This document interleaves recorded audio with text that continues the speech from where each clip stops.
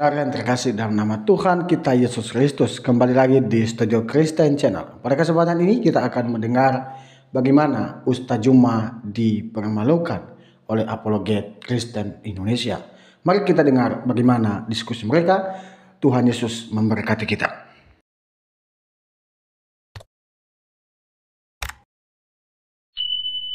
Selamat malam. Beliau ini nggak dong. Ya. Selamat malam Bu Host. Selamat malam Bang Juma. Bang malam. Di agama apa? Kristen ya? Saya Kristen Bu. Kristen ya. Wes ditunggu, yang ditunggu. Silakan Bang. Mau tema apa kita malam ini? Mana Bang ini? Bang Nandar tadi saya lihat ada. Oh dia pergi karena bukan tadi ada typing di bawah. Jadi gara-gara typing di bawah itu jadi nandarnya jadi turun karena muslim semua. Typing di bawah juga Glenn tuh aduh bahaya Glenn. Udah diatur aja langsung. Apa tema kita Bang? Iya, saya lihat ada tema yang diangkat sama host ini. Apakah Yesus Tuhan? Tuhan. Oke, lanjut. Iya. Gimana nih Bang Juma ini biasanya yang ahli ini. Iya, Bang Juma bikin statement dulu atau Bang Rum eksekusi. Siapa duluan bikin statement, Bang Juma atau Rum eksekusi? Bang Juma. Bernarasi. Ya, Bang. Oke, Juma silakan Abang dah. Baru saya ya. Iya, baik. Bismillahirrahmanirrahim. Berbicara mengenai Tuhan ini karena Islam yang berbicara. Maafkan saya ketika saya berbicara tentang Al-Quranul Karim, karena kita masing-masing punya hak untuk menyampaikan kitab suci kita kepada khalayak banyak. Begitu juga saudara Kristen juga punya hak untuk menyampaikan berita gembira atau evangelion kepada siapapun itu. Al-Quranul Karim mengatakan Bismillahirrahmanirrahim, wa iyad'una illa syaitanam marida. Mereka tidak lain hanyalah menyembah setan yang durhaka. Ini Al-Quran mengatakan seperti itu. Sehingga ada situasi di mana Allah Subhanahu wa Ta'ala bertanya kepada sosok Nabi dan juga Rasul yang diutus oleh Allah. Ini dalam perspektif Islam kepada Bani Israel ditanya, wa isqalallahu ya Isa bin Maryam a'anta qulta linnas tahiduni wa ummi. Apakah engkau wahai Isa yang mengajarkan kepada orang-orang ini untuk menjadikan dirimu dan juga ibumu Tuhan, sembahan selain daripada aku? Kenapa itu muncul? Ayat ini muncul, pernyataan ini muncul karena keadaan itu ada kemudian, di mana ada sosok Nabi yang datang kepada Bani Israel, kemudian disembah oleh saudara-saudara kita Kristen. Nabi Isa mengatakan, qala subhanaka ma yakunu li an aqula ma laysa li bihaqq. Maha suci engkau ya Allah, aku tak pernah mengatakan sesuatu yang bukan hakku untuk aku katakan. Nah, sejauh kita belajar tentang Bible, saya khususnya, apakah ada ungkapan sosok ini juga di dalam Bible? Ternyata betul. Di dalam Yohanes 12 nomor 49. Aku tidak berkata-kata dari diriku sendiri, apa yang aku katakan adalah apa yang diperintahkan untuk aku katakan dan aku sampaikan. Yohanes 14:24, firman yang kau dengar daripada aku itu bukan dari diriku, tetapi dari Dia yang telah mengutus aku. Artinya Al-Quran dalam hal ini itu masih selaras dengan pengakuan seseorang yang kemudian disebut Yesus. Endingnya, ketika diterangkan kemudian di dalam Al-Quran, ma qultu lahum illa ma amartani bi ani abudullah rabbi wa rabbakum. Aku hanya mengajarkan kepada kaumku, sembahlah Allah Tuhanku dan Tuhanmu. Ternyata di dalam Yohanes 17 nomor 8, ending dari semua perkataan Yesus kepada umatnya Bani Israel diterima oleh umatnya Bani Israel, dalam hal ini murid-muridnya, pengikutnya, bahwa Yesus ini hanya Rasulullah, Yesus ini hanya Rasul Allah, Yesus ini hanya utusan Tuhan. Itu endingnya. segala firman yang engkau berikan kepada aku telah aku sampaikan. Semuanya telah aku sampaikan kepada mereka, dan mereka telah menerimanya, dan mereka percaya dengan pasti bahwa engkaulah yang telah mengutus aku. Satu dalil lagi di dalam Yohanes 14. Ini pengakuan Yesus. Nanti saudara kita boleh tanggapi. Yohanes 14 nomor 31. Saya bacakan pelan-pelan. Tetapi supaya dunia tahu, artinya Indonesia, Cina, Belanda, Jepang, dunia intinya. Tetapi supaya dunia tahu bahwa aku mengasihi Bapa dan bahwa aku melakukan segala sesuatu seperti yang diperintahkan Bapa kepadaku. Bangunlah, mari kita pergi dari sini. Ini ucapan Yesus kepada muridnya. Segala sesuatu supaya dunia tahu bahwa aku melakukan segala sesuatu yang diperintahkan Bapa kepadaku. Subhanallah. Apa yang diterangkan kemudian dalam Al-Quran? Qala subhana ma yakunu li an aqula ma laysa li bihaqqa. Tidak ada satupun ucapan Yesus sebelum dia terangkat ke langit yang mengajarkan untuk mempertuhankan atau mengibadahi atau menyembah dirinya. Itu tak ada. Dunia harus tahu bahwa aku mengasihi Bapa dan bahwa aku melakukan segala sesuatu seperti yang diperintahkan Bapa kepadaku. Dan tak ada perintah Bapa kepada Yesus agar Yesus mengajarkan orang-orang untuk mengibadahi dirinya. Masya Allah. Nah, ini Yesus yang pertama. Nah, versi Yesus yang kedua setelah terangkat ke langit, muncul makhluk yang datang kepada Paulus mengaku, akulah Yesus yang kau aniaya. Nah, dari sejak itulah kemudian muncul konsep-konsep Yesus yang tadinya dipercaya sebagai utusan Tuhan, tiba-tiba menjadi Tuhan itu sendiri. Di mana? Kolose 2:9, Filipi 2 nomor 6, nomor 7, nomor 8. Na'udzubillah tsumma na'udzubillah. Maka muncul permasalahan kemudian, makhluk apa, sosok apa, suara apa yang datang kepada Paulus mengaku Yesus. Mungkin ini perlu kita bahas demi untuk kemaslahatan umat. Silakan. Maaf kalau kepanjangan, saya tidak bisa menyusun narasi supaya singkat. Silakan. Silakan Bang Rum Eksekusi berikan narasi. Ya, terima kasih Bang Juma, terima kasih Bos dan semuanya. Saya sangat menghargai teman-teman saya yang dari Muslim, semua pada umumnya yang saya pernah jumpai dan yang baru saya jumpai ini pun saya sangat menghargai, sangat menghormati, dan itu seharusnya ada di tiap-tiap kita umat beragama di Indonesia ya. Saya pernah berdiskusi dengan Bang Juma beberapa, kalau nggak salah minggu lalu ya Bang Juma ya. Iya, saya ingat saya gitu Bang. Iya, jadi saya udah katakan bahwa saya senang mendengar Bang Juma dalam bernarasi, terus berdialog dengan teman-teman saya, hamba-hamba Tuhan yang dari Kristen. Saya lihat ada hikmat Tuhan di dalam Bang Juma, juga Bang Nandar juga sama. Nah, maka itu saya mau naik, kalau saya lihat orang-orang yang bijaksana seperti ini untuk diajak berdiskusi, saya suka. Kalau berdebat kusir saya nggak suka, saya sering lari itu. Nah, berkaitan dengan ketuhanan, saya mulai perlu teman-teman ketahui bahwa saya mengenal konsep ketuhanan itu dari perspektif Tritunggal, Trinitas.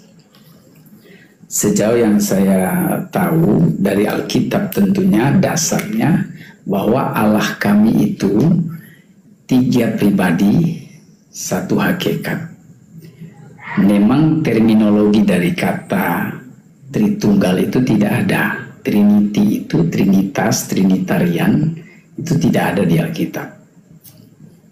Tapi filosofisnya itu melimpah ruah di Alkitab, mulai dari Kejadian sampai Wahyu. Nah, tapi kita nggak bahas tentang doktrin Tritunggal kali ini. Kita mau bahas tentang apa yang dikatakan Bang Juma tadi, menyentil bahwa Yesus itu bukan Tuhan, tapi manusia yang disembah oleh manusia dan dituhankan, begitu ya. Nah, menurut banyak keterangan dari para rasul yang waktu itu bersama-sama dengan dia, dengan Yesus, mereka itu melihat langsung ketika Yesus melayani di bumi. Dan ada satu rasul yang paling dekat dengan gurunya, dengan guru mereka itu, dengan Tuhan, yaitu Rasul Yohanes. Nah, Yohanes ini banyak menceritakan tentang pribadi Yesus ini. Bahkan praeksistensi Yesus sebelum berkenosis, mengambil rupa jadi manusia, yang dijelaskan Paulus dalam Filipi 2:6-9, itu dijelaskan sama Yohanes clear sebenarnya. Itu di Yohanes 1 ayat 1-3, lalu ayat 14 menyatakan bahwa dia itu sang firman. Nah, kalau dikomparekan dengan kitab Matius 1, lalu kemudian dari silsilahnya kita dapat, dan ditegaskan di dalam Yohanes 8 ayat 42 oleh Yesus sendiri bahwa dia keluar dan datang dari dalam Allah. Jadi anak itu dilahirkan dari dalam kekekalan, Yesus yang kami sembah ini. Jadi dilahirkan bukan seperti dilahirkan manusia melahirkan manusia, tidak. Karena Allah itu roh, maka dari dalam roh ini sang firman itu keluar. Sebelum dia berkenosis, memang di kekekalan dia sudah ada. 3 pribadi itu sudah ada. Saya kira kalau mau dilanjut akan kepanjangan. Saya kira sampai di situ dulu. Kalau menanggapi tadi Yohanes 14, Bang Juma ya, minta saya untuk tanggapi ya. Iya. Yohanes 14 ayat 31. Yohanes mencatat begini. Tetapi supaya dunia tahu bahwa aku mengasihi Bapa dan bahwa aku melakukan segala sesuatu seperti yang diperintahkan Bapa kepadaku, bangunlah, marilah kita pergi dari situ.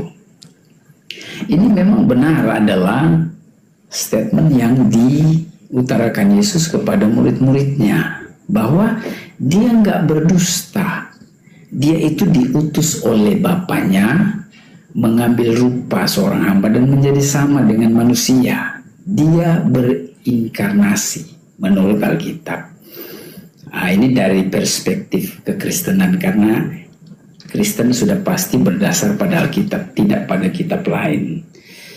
Nah, Yesus dia menjelaskan kepada muridnya bahwa benar dia diutus oleh Bapa. Bahkan di konteks lain dia bilang begini, aku datang diutus dalam nama Bapakku, namun kamu menolak aku. Yesus itu diutus oleh Bapaknya.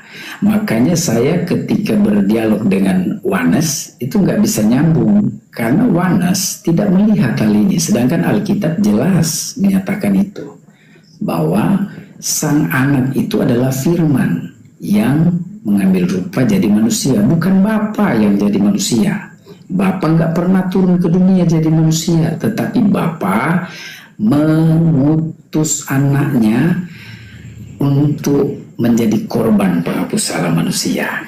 Itu dasarnya, Bang Juma. Ya, silakan Bang Juma. Thank you. Iya, baik. Terima kasih saudara saya ya. Gini, ketika kemudian dasar pijakan terkait dengan Yesus, tadi saya katakan ada dua ada dua kelas. Ada dua kelas. Saya bagi menjadi dua kelas yang berbeda. Pada masa Yesus mengajarkan dirinya kepada Bani Israel, dia hanya sebatas rasul utusan Tuhan. Dan kelas Paulus, setelah datang makhluk mengaku Yesus kepadanya, Paulus kemudian membentuk kelas baru. Yesus itu adalah Tuhan yang berkenosis menjadi manusia. Ini dua kelas yang berbeda. Nah sekarang, ketika saudara kita membawa Yohanes 8:42, jikalau Theos adalah bapakmu, kamu akan mengasihi aku, sebab aku keluar. Di sini ada kata exerkomai, artinya sesuatu yang bergerak dari dalam menuju ke tempat yang lain, artinya keluar dia, pergeseran, exerkomai. Jikalau Theos adalah bapakmu, kamu akan mengasihi aku, sebab aku keluar daripada Theos. Dan aku datang bukan atas kehendakku sendiri. Itu poinnya di situ. Nah, kalau berdasar terhadap pengakuan Yesus sendiri, exerkomai ini, itu Yesus pun mengatakan bahwa bukan cuma dirinya yang keluar dari Bapa. Bukan cuma Yesus yang berasal dari firman yang keluar dari Bapa, tapi seluruh manusia. Yesus menerangkannya kemudian dalam Matius 4 nomor 4. Tetapi Yesus menjawab, ada tertulis, manusia hidup bukan dari roti saja, tetapi dari setiap firman yang keluar dari mulut Bapa. Jadi manusia ini menurut Yesus adalah sesuatu yang keluar dari mulut Bapa berupa firman. Nah sekarang apakah kita ini firman? Oh ternyata kita adalah firman yang keluar dari Bapa menjadi manusia. Sama.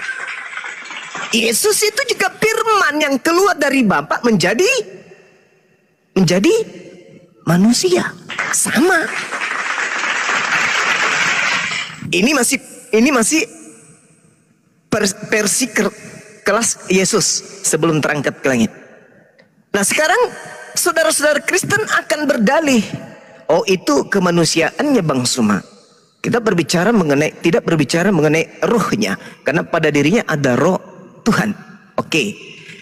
Di dalam Kejadian 6 nomor 3, berfirmanlah Tuhan, rohku tidak akan selama-lamanya tinggal di dalam manusia.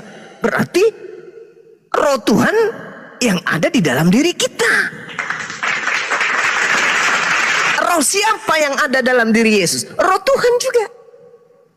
Berarti Yesus bentuk jasadnya, dagingnya adalah keluar dari mulut Tuhan berupa firman. Kita juga jasad kita keluar berupa firman dari mulut Tuhan. Sama rohnya. Tuhan mengatakan Kejadian 6 nomor 3, berfirmanlah Tuhan, rohku tidak selama-lamanya di dalam manusia. Dia tidak mengatakan rohku tidak akan selamanya tinggal di dalam Yesus, tidak. Tetapi dia mengatakan manusia. Manusia kemudian dalam bahasa Ibrani disebut Adam. Berarti termasuk Bang Suma dong. Berarti roh yang ada pada diri Bang Suma adalah rohku. Ku siapa? Aku Elohim, aku pencipta. Rohnya Bang Suma itu adalah rohku. Rohnya orang-orang yang kuciptakan itu adalah rohku. Dalilnya Kejadian 6 nomor 3. Jadi apa pembeda antara Yesus dengan kita? Pembedanya dia adalah perantara.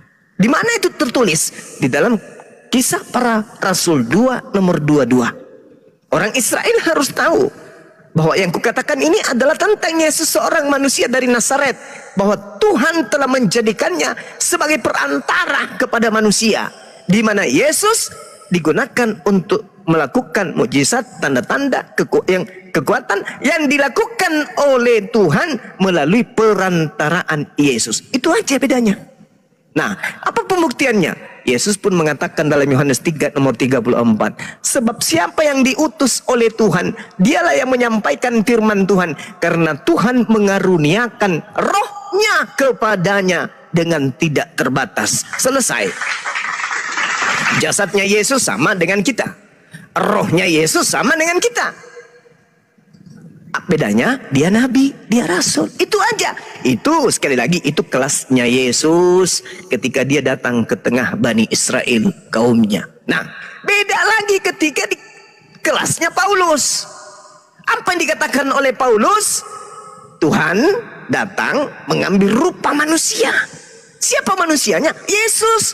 Tapi Yesus mengatakan, aku datang bukan atas kehendakku. Sementara di dalam Filipi 2, Tuhan sendiri yang datang mengosongkan diri, mengambil rupa manusia. Siapa dia? Katanya Yesus. Tapi Yesus mengaku bukan atas kehendakku loh.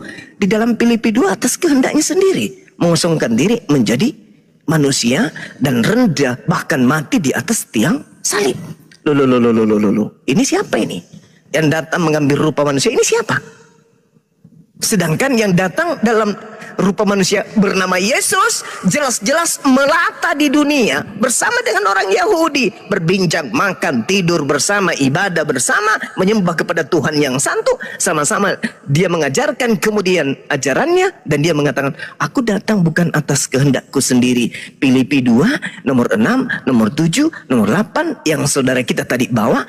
Tuhan sendiri tidak mempertahankan ketuhanannya, melainkan mengosongkan diri dan mengambil rupa manusia. Loh, kok berbeda? Kalau yang mengambil rupa manusia ini adalah sang Elohim atau sang Theos, maka seharusnya Yesus, sang penyampai firman, mengatakan, aku datang menjadi manusia atas kehendakku sendiri. Aku yang merendahkan diriku menjadi manusia. Tapi kok berbeda? Maka muncul pertanyaan, mohon maaf nih, makhluk apa yang datang mengaku Yesus kepada Paulus? Karena dari sinilah kemudian cikal bakal perbedaan ajaran Yesus kepada Bani Israel dan ajaran Paulus kepada non-Israel. Makhluk ini yang menjadi pembedanya melalui tangan Paulus. Mungkin dari saudara kita, Bang Rum ini bisa memberikan edukasi terkait dengan ini. Silakan. Baik, terima kasih Bang Juma. Iya, jadi apa yang dipahami Bang Juma adalah ketika Yesus dalam versi dia mengajar di tengah-tengah orang Israel lewat murid-muridnya, Bang Juma memahami bahwa dia hanya seorang manusia. Tetapi di versi Paulus dia menjadi Tuhan. Oke. Nah, saya kembali ke Yohanes 1 ayat 1 sampai 3. Yohanes 1 ayat 1 sampai 3, dia katakan begini.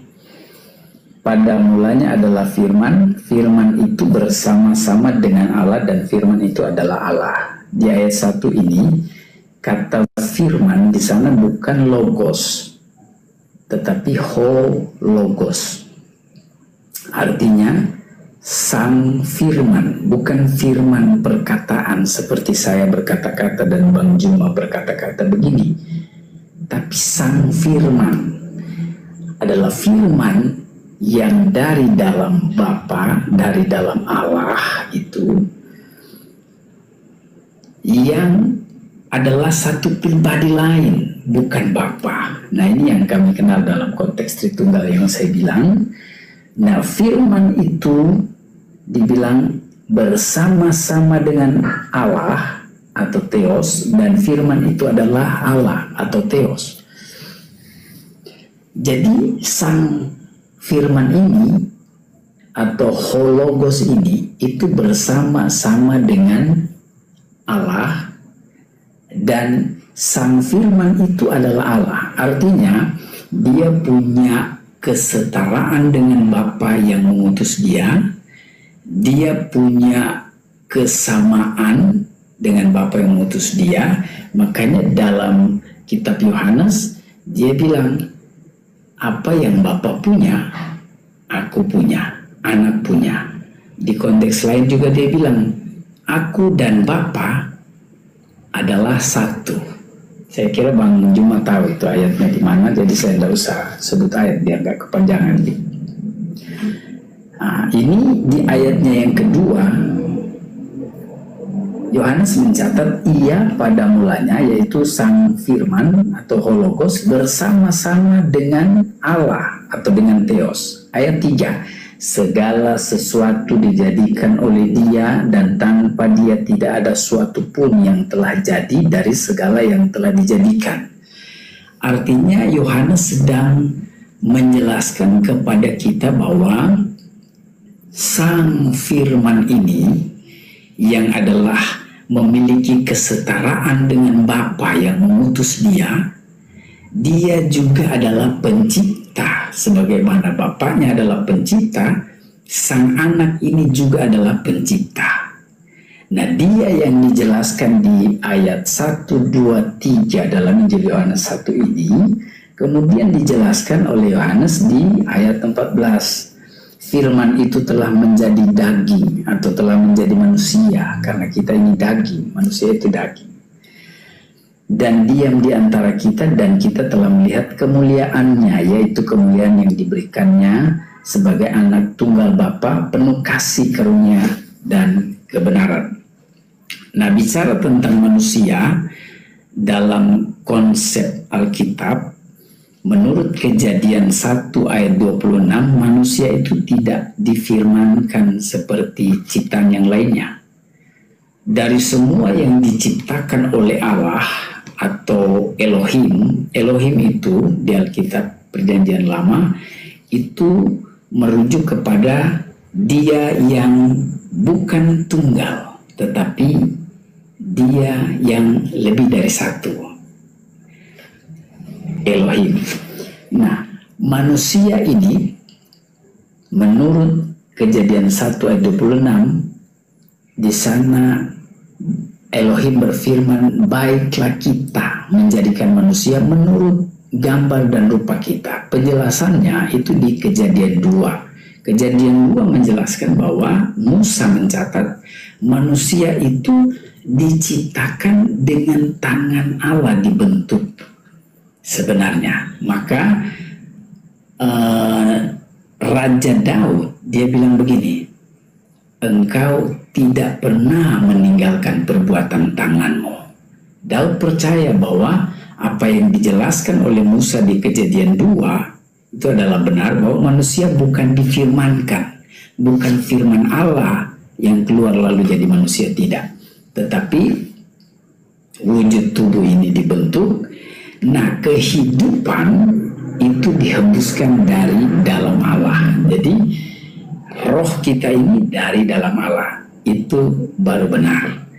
Nah, jadi perbedaan antara kita dengan Sang Firman adalah kalau kita ini diciptakan, sedangkan Sang Firman ini tidak diciptakan.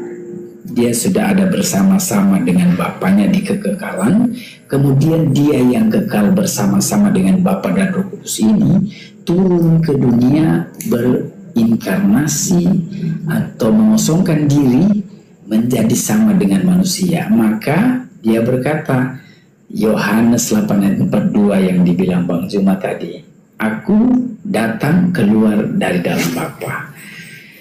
Ada banyak referensi ayat-ayat dalam kitab Yohanes ini yang membuktikan bahwa dia itu memang dari dalam Allah. Jadi bukan manusia seperti kita. Dia Allah yang mengambil rupa jadi manusia untuk menjadi korban penebus salah, supaya kita yang berdosa ini ditebusnya dan menjadi milik kepunyaannya, milik kepunyaan Bapanya, milik kepunyaan Roh, milik Allah yang kekal atau Elohim yang kekal, dia yang jamak itu. Jadi Yesus ini menurut Rasul Paulus itu membuat satu penekanan merespon Yohanes 1 ayat 1 sampai 3, lalu kemudian ayat 6-14 ini dituangkannya di sana bahwa firman itu yang walaupun dalam rupa Allah tidak menganggap kesetaraannya dengan Allah sebagai milik yang harus dipertahankan, melainkan ia telah mengosongkan dirinya sendiri, mengambil rupa seorang hamba dan menjadi sama dengan manusia. Itu konteks Rasul Paulus merespon kebenaran yang ada di Yohanes 1 ayat 1 sampai 3 dan 14. Itu ada bertalian semuanya. Saya kira masih panjang untuk dijelaskan, tapi saya kembalikan kepada Bang Juma dulu. Thank you, Bang. Oke, baik, sama-sama ya saudaraku. Artinya yang diuraikan kembali, sabar.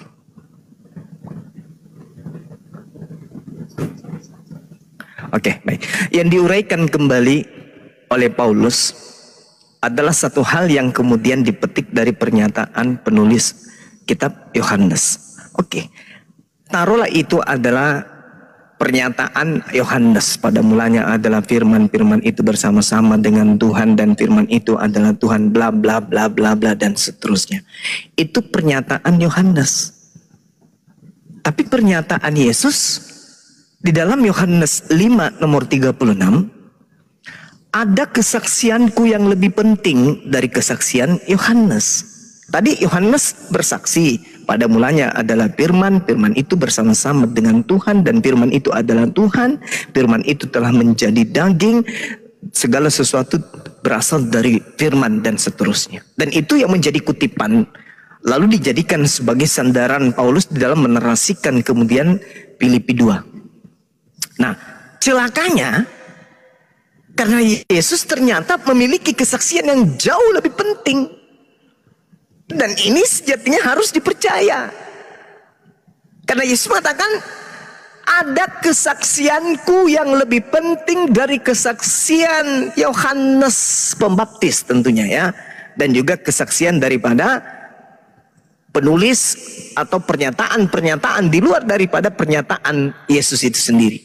Kalau pernyataan Yohanes aja itu masih rendah daripada masih rendah levelnya daripada kesaksian Yesus, maka dikatakan oleh Yesus bahwa segala pekerjaan yang aku lakukan, pekerjaan itulah kemudian yang bersaksi tentang aku bahwa lagi-lagi Bapa yang telah mengutus aku. Lagi-lagi ending dari kesaksian Yesus, mau seperti apapun kemudian pernyataan orang di luar Yesus, toh dia mempersaksikan dirinya sebagai utusan Tuhan. Nah ini lagi-lagi kita berbicara kelasnya Yesus. Kalau saudara kita Rum tadi kan mencampur adukkan nih, dua kelas dicampur aduk menjadi satu. Padahal kaidahnya Yesus mengajarkan dunia harus tahu, kata Yesus. Dunia harus tahu bahwa aku melakukan segala sesuatu yang diperintahkan Tuhan untuk aku sampaikan. Nah, kemudian ketika dikatakan bahwasanya Yohanes 1, 2 sampai 3 dan seterusnya ini bertentangan jelas dengan kesaksian Yesus, lalu abang ini selalu ingin menyatakan kemudian Yesus ini dengan Tuhan itu sendiri. Nah, ini yang bermasalah ketika kemudian utusan Tuhan dipaksakan setara dengan Tuhan itu sendiri. Kenapa itu bisa terjadi? Karena konsep yang diramu kemudian adalah pengajaran Paulus yang dicampur adukan dengan pengajaran Yesus ketika datang di tengah Bani Israel. Harusnya harus dipisah. Yesus mengaku, aku diutus kepada domba yang sesat dari umat Israel. Cakupan ajarannya adalah segala firman. Jadi Yesus tidak comot-comot dalih, tapi segala firman. Dia tidak comot-comot firman, dia tidak comot-comot ayat bahasa kita. Tapi Yesus merangkum semuanya. Segala ucapanku, tuh kata Yesus, segala ucapanku, segala firman yang kusampaikan, telah kusampaikan, yang diberikan kepadaku, telah aku sampaikan kepada mereka, dan mereka telah menerimanya, dan mereka percaya dengan pasti bahwa engkaulah yang telah mengutus aku. Jadi cakupan segala firman Yesus sampaikan kepada Bani Israel, dan Bani Israel menerimanya, dan setelah menerimanya mereka percaya, oh Yesus ini benar-benar adalah utusan Tuhan. Dan lagi-lagi Yesus terangkan di dalam Yohanes 11 nomor 42, aku tahu bahwa engkau telah mendengarkan aku, tetapi oleh karena orang banyak yang berdiri di sini mengelilingi aku, Aku mengatakannya agar supaya mereka percaya bahwa Engkaulah yang telah mengutus aku. Aku mengatakannya supaya mereka percaya bahwa Engkaulah yang telah mengutus aku. Yesus bersusah payah menyampaikan penginjilan agar mereka percaya bahwa Yesus itu adalah utusan Tuhan. Nah, sekarang konsep yang Yesus sampaikan, bersaksi dirinya adalah utusan Tuhan. Yesus mau agar dipercaya sebagai utusan Tuhan. Murid-muridnya telah menerima segala perkataan tinta merahnya dan mereka percaya bahwa Yesus itu adalah utusan Tuhan, utusan Tuhan, utusan Tuhan, utusan Tuhan. Yesus mau agar dipercaya sebagai utusan Tuhan. Tuhan mau agar Bani Israel percaya bahwa Yesus itu adalah utusannya. Murid-muridnya percaya bahwa Yesus itu adalah utusan Tuhan. Kelas ditutup. Kelas baru dibuka. Tak, tak, tak, tak, bergulir waktu kurang lebih 20 tahun muncullah Paulus. Kelas baru dibuka. Kita lihat. Mulai dari pengakuan Paulus sendiri yang mengaku bertemu dengan Yesus. Ini adalah sesuatu yang masih kemudian tanda tanya besar. 20 tahun setelah Yesus terangkat ke langit, muncul makhluk mengaku, akulah Yesus yang kau aniaya. Singkatnya begini. Yesus mengatakan, aku terangkat, dan setelah aku terangkat, yang datang kepadaku adalah seorang manusia penolong atau penghibur lain. Itu kuncinya, itu di situ. Dan Yesus pesan keduanya adalah, ketika aku naik ke langit, waspadailah Yesus palsu, waspadailah nabi palsu. Matius 24 nomor 24. Tapi kita mundur ke 23 dulu. Yesus mengatakan, jadi apabila ada orang yang berkata, ada Yesus di sini, ada Yesus di sana, jangan kamu percaya. Sebab Yesus palsu, nabi palsu akan muncul untuk menyesatkan, bahkan menyesatkan orang-orang pilihan juga. Terbukti 20 tahun setelah Yesus berkata demikian, benar-benar di padang gurun menuju Damsik, ada orang mengaku bertemu dengan Yesus. Akulah Yesus yang kau aniaya. Murid-murid Yesus yang sudah percaya bahwa Yesus itu utusan Tuhan, tidak mungkin percaya lagi kepada suara yang diajarkan oleh Paulus bahwa ada loh gurumu datang ke saya. Oh ya, guru saya datang kepadamu. Ya, dia katakan apa? Akulah Yesus yang kau aniaya. Terus gurumu itu ternyata Tuhan itu sendiri. Murid-murid pasti geleng-geleng kepala. Kapan itu Yesus guru kita ajarkan? Guru kami mengajarkan supaya kami percaya dirinya adalah utusan Tuhan. Dan dia mengatakan, waspadalah, akan datang Yesus palsu dan nabi-nabi palsu. Yesus mengulangi di data nomor 26-nya. Camkanlah, aku telah mengatakannya kepadamu. Apabila ada orang berkata, ada Yesus di padang gurun, ada Yesus di dalam bilik, jangan kamu percaya. Sebab tanda kedatanganku adalah seperti cahaya, ditandai dengan cahaya yang bersinar dari timur sampai ke barat. Bintang-bintang akan berjatuhan, langit akan berguncang. Itulah tanda kedatanganku yang kedua. Poin ketiganya, di dalam Kisah Rasul 1 nomor 11, malaikat berkata, wahai orang-orang Galilea. Ini malaikat yang berkata, yang kamu lihat Yesus terangkat ke langit itu, yang kamu saksikan dia terangkat ke langit itu, ketahuilah oleh kalian. Aku malaikat mengatakan kepada kalian, ketahuilah, Yesus akan datang kedua kalinya, sama seperti kalian melihat dia terangkat. Apa itu? Terangkat dengan jasadnya, berarti datangnya kedua kali, turun dengan jasadnya juga. Malaikat mengatakan yes, Yesus juga mengatakan yes. Permasalahannya adalah 20 tahun 5 tahun 52 sampai tahun sekian Paulus mulai di situ jalan ke Damsik dan menulis buku-buku. Jadi itu kurang lebih 20 tahun. Muncul pengakuan orang mengaku bertemu dengan Yesus di padang gurun. Sang murid kan sudah dibekali ilmu. Jangan kau percaya ya. Yes, makanya orang Yahudi sampai hari ini tetap Yahudi. Kemana Paulus mengajarkan Yesus yang baru ini? ke Roma, Yunani. Maka muncul Katolik, muncul Kristen. Karena Paulus mengaku di dalam di dalam Galatia 1 nomor 16, dia mengaku diutus kepada non-Yahudi. Dalam Galatia 2 nomor 8, dia mengaku diutus kepada orang-orang yang tidak bersunat. Berarti Paulus versi kedua datang 20 tahun setelah terangkat ke langit, mengaku mengajarkan Paulus agar Paulus pergi ke non-Yahudi, orang-orang yang tidak bersunat, bahwa dia adalah Tuhan yang datang mengambil rupa manusia menjadi manusia. Dan Paulus mengatakan, untuk itulah Yesus mati supaya bangkit agar dia menjadi Tuhan.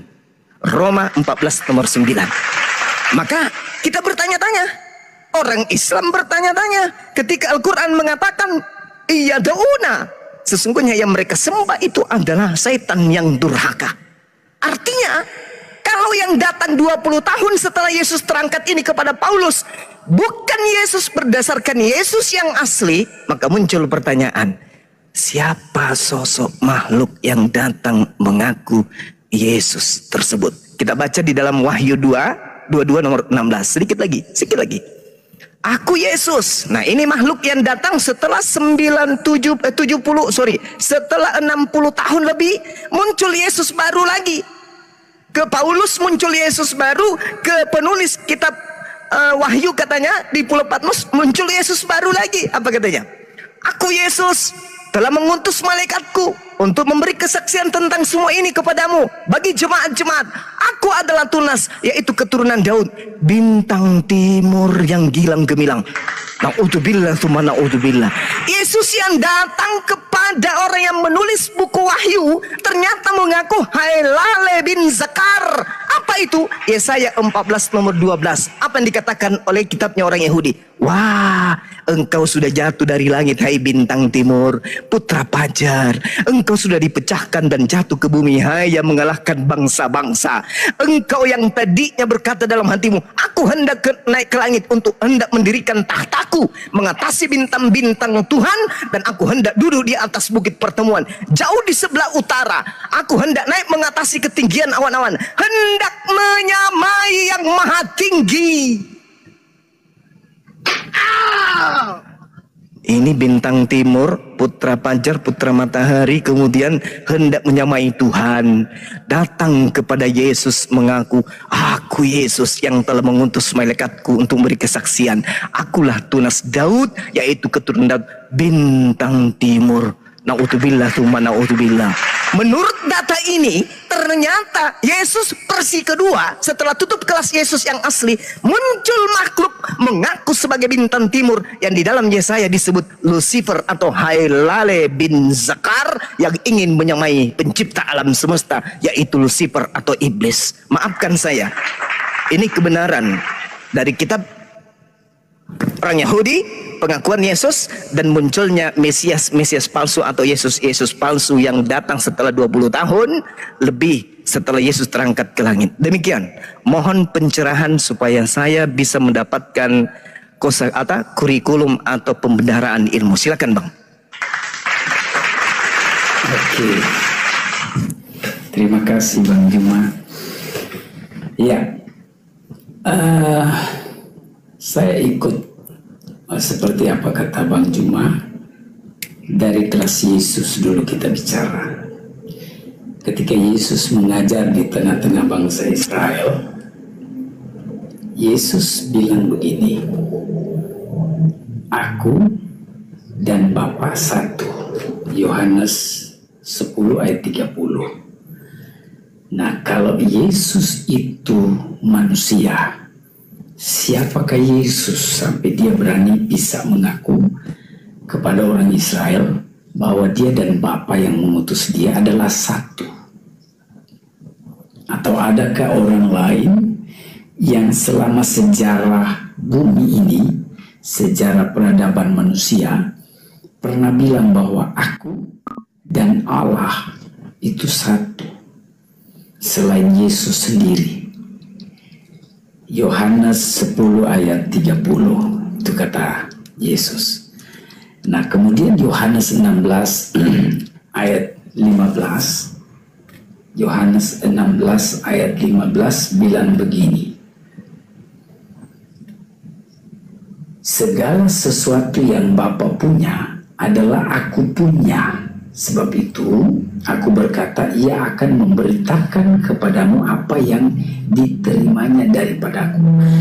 Dia jelaskan tentang Roh Kudus yang diutus nanti akan memberitakan kepada kami, kepada manusia, tentang apa yang diterimanya dari Dia yang mengaku punya kesamaan dengan Bapa. Di mana dia bilang segala sesuatu yang Bapa punya adalah aku punya. Ini masih di kelas Yesus. Jadi Yesus mengajar murid-muridnya seperti ini. Ini tentang kealahan dia, ketuhanan dia. Jadi sebenarnya pengakuan ini bukan manusia yang mengaku-ngaku atau mengangkat dia, tapi dia sendiri, Yesus sendiri, pribadi yang bersentuhan langsung dengan orang Israel di zaman itu. Nah, yang berikutnya, menurut kesaksian Yohanes yang dia dengar apa yang dikatakan Yesus dalam Yohanes 14 ayat 1, Yesus bilang begini, janganlah gelisah hatimu, percayalah kepada Allah atau Theos, percayalah juga kepadaku. Ayat 2 dia janjikan bagi murid-muridnya, bagi seluruh orang percaya sama dia, di rumah Bapakku banyak tempat tinggal. Jika tidak demikian, tentu aku mengatakannya kepadamu, sebab aku pergi ke situ untuk menyediakan tempat bagimu. Nah, siapakah Yesus ini? Sampai-sampai dia mau menjanjikan ada tempat di rumah Bapaknya, yaitu surga. Kalau dia manusia, dia tidak berhak dong untuk itu. Nah, contoh, kalau yang punya rumah itu Bang Juma, lalu kemudian saya datang ke rumah Bang Juma, nah ada orang tiba-tiba lewat, lalu saya bilang, Pak, Bu, maukah tinggal di sini? Ini adalah rumah Bapakku Juma. Juma adalah bapak saya. Mari tinggal di sini. Selama kamu mau tinggal di sini, rumah ini terbuka dan ini adalah tempat Bapakku, tempatku juga. Percayalah sama Bapakku yang punya rumah ini dan aku juga.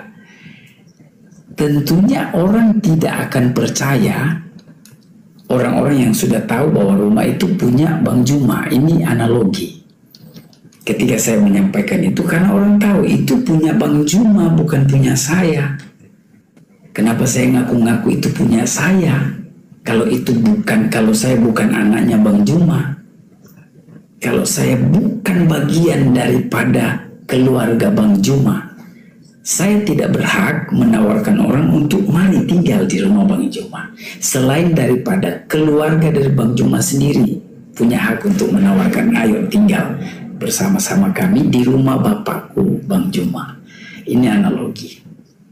Nah, Yesus memastikan kepada seluruh orang yang mau percaya kepadanya bahwa kalau kamu mau percaya sama aku siapin tempat di rumah Bapakku, banyak tempat, dia bilang di Yohanes 14 ayat 2 tadi. Ke situ aku tinggal, ke situ aku berada, demikian kamu pun akan berada. Dia janji.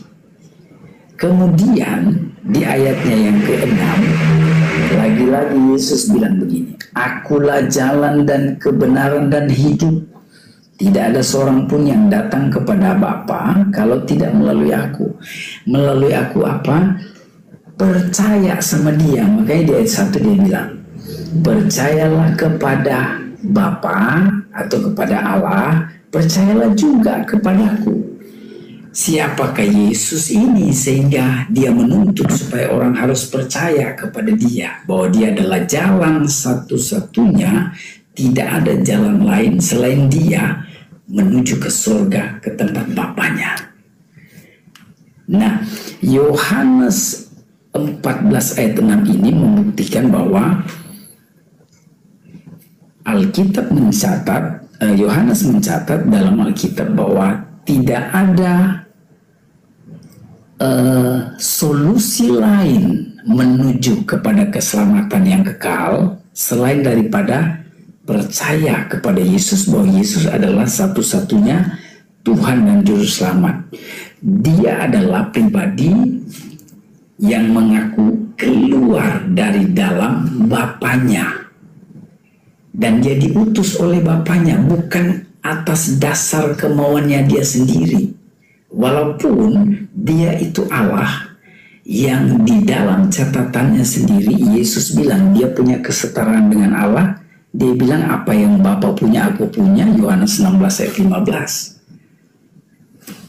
Yesus mengklaim dirinya adalah sama dengan Bapa, Yohanes 10:30, Yohanes 16:15. Cukup Pak, gantian Pak. Nah, bisa satu lagi Bang? Bisa satu lagi, Yohanes 17 ayatnya yang ke-5, dia bilang begini. Oleh sebab itu ya Bapa, ini waktu dia berdoa di Taman Getsemani, permuliakanlah aku padamu sendiri dengan kemuliaan yang kumiliki di hadiratmu sebelum dunia ada. Jadi Yesus mengajarkan kepada murid-muridnya bahwa dia sudah ada sebelum dunia ada. Itu. Oke, terima kasih. Lanjut Bang Juma. Iya, baik. Terima kasih Abang. Jadi yang terakhir Yohanes 17 nomor 5 itu dibatalkan, kemudian Yohanes 1 nomor 14 kalau dasar pijakan itu kemudian dijadikan sebagai hal untuk mempertuhankan Yesus. Firman itu telah menjadi manusia dan diam di antara kita, dan kita melihat kemuliaannya Yesus, yaitu kemuliaan yang didome, dalam bahasa Yunani, yang diberikan kepadanya.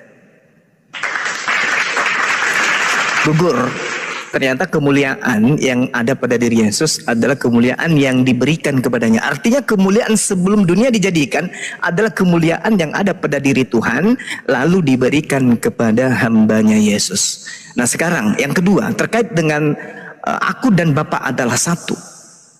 Ini ucapan Yesus. Sekali lagi saya katakan, aku dan Bapa adalah satu. Bapakkulah yang telah mengutus aku adalah utusan Bapa. Bla bla bla bla bla. Semua firman apapun itu, semua Yesus sampaikan kepada muridnya, dan muridnya semua sudah menerimanya dan percaya bahwa Yesus utusan Tuhan. Begitu kemudian ada Yesus versi lain yang datang kepada Paulus, data-data seperti ini dijadikan penguat untuk kemudian mendukung ungkapan Paulus bahwa Yesus adalah Tuhan. Padahal aku dan Bapa adalah satu. Oke, tapi Yesus kemudian juga mengatakan aku dan Bapa adalah dua. Di mana itu tertulis? Dalam Yohanes 8. Kamu menghakimi menurut ukuran manusia, aku tidak menghakimi seorang pun. Dan jikalau aku menghakimi, maka penghakimanku itu betul, benar, sebab aku tidak seorang diri. Tidak seorang diri ya? Ya, berarti kamu lebih dari satu. Yes, tetapi aku bersama dengan dia yang mengutus aku. Dan dalam kitab Tauratmu ada tertulis bahwa kesaksian dua orang adalah sah. Akulah yang bersaksi tentang diriku sendiri, satu orang, dan juga Bapa yang mengutus aku bersaksi tentang diriku, dua orang. Jadi Yesus mengatakan aku dan Bapa adalah dua, dan itu tertulis di dalam kitab Tauratmu, dua saksi itu adalah sah. Itu yang kedua. Yang ketiga, kalau kita melihat pengakuan saudara kita ini, ya kita hormati, kita hargai, itu iman beliau, mengatakan aku dan Bapa adalah satu, lantas kemudian dijadikan sebagai patokan untuk mempertuhankan anak Maria yang nyata-nyata datang mengajarkan endingnya, kesaksiannya, pengakuannya, ajarannya, sabdanya, Bapa yang telah mengutus aku ini, itu menjadi remeh-temeh bagi orang Yahudi. Oh, karena hanya mengatakan aku dan Bapa satu, lantas kalian menuhankan anak orang gitu. Orang Yahudi itu kenyang dengan data-data kayak begitu. Contoh, Kejadian 25 nomor 15. Sesungguhnya aku menyertai engkau. Aku akan melindungi engkau. kemanapun engkau pergi, aku akan membawa engkau kembali ke negeri ini, sebab aku tidak akan meninggalkan engkau. Wow. Melainkan tetap melakukan apa yang kujanjikan kepadamu. 2. Ulangan 31 nomor 6. Kuatkan dan teguhkanlah hatimu, janganlah takut dan gemetar karena mereka, sebab Tuhan Elohimmu, dialah yang berjalan menyertai engkau. Tuhan Elohim tidak akan membiarkan engkau dan tidak akan meninggalkan engkau. Keren kan Tuhannya orang Yahudi. Jadi kalau ada pengakuan manusia, aku dan Bapa adalah satu, itu mah remeh-temeh. Yang ketiga, Ulangan 31 nomor 8. Sebab Tuhan Elohim, dia sendiri akan berjalan di depanmu, dia sendiri akan menyertai engkau. Elohim tidak akan membiarkan engkau dan tidak akan meninggalkan engkau. Janganlah takut dan janganlah patah hati. Keren kan? Subhanallah. Lalu kemudian di dalam kitab Yosua 1 nomor 5 pun dikatakan hal yang sama. Seorang pun tidak akan dapat bertahan menghadapi engkau seumur hidupmu. Seperti aku menyertai Musa, demikian juga aku Elohim akan menyertai engkau. Aku tidak akan membiarkan engkau dan tidak akan meninggalkan engkau. Masya Allah. Pantas aja orang Yahudi memandang orang Kristen ini bidat, karena mengada-adakan konsep yang dibawa Paulus untuk kemudian mendukung ajaran Paulus, mengambil sedikit dari pengakuan-pengakuan aku dan Bapa adalah satu, aku dan Bapa adalah satu. Ternyata ungkapan-ungkapan begitu itu adalah ungkapan biasanya bagi orang Yahudi.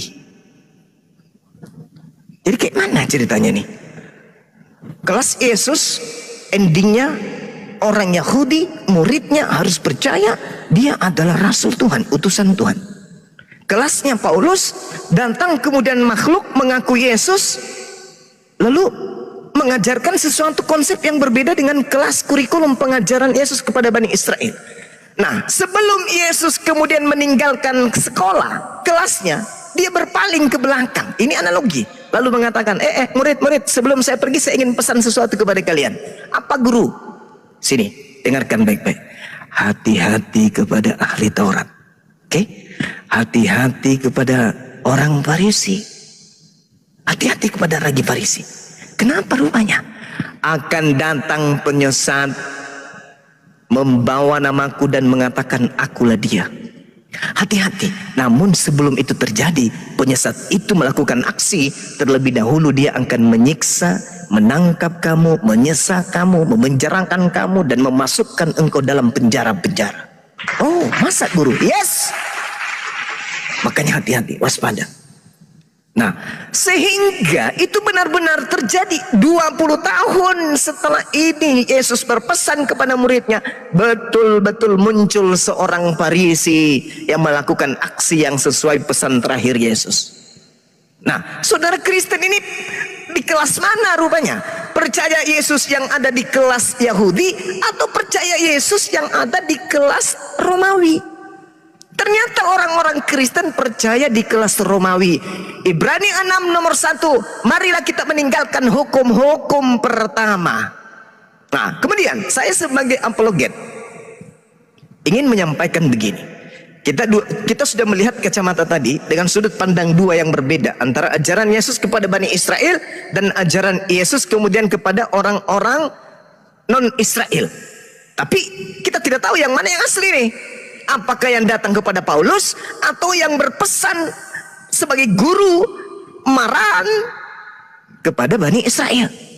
Nah, Yesus mengatakan di dalam Matius 12 dengan terang, dia mengatakan begini,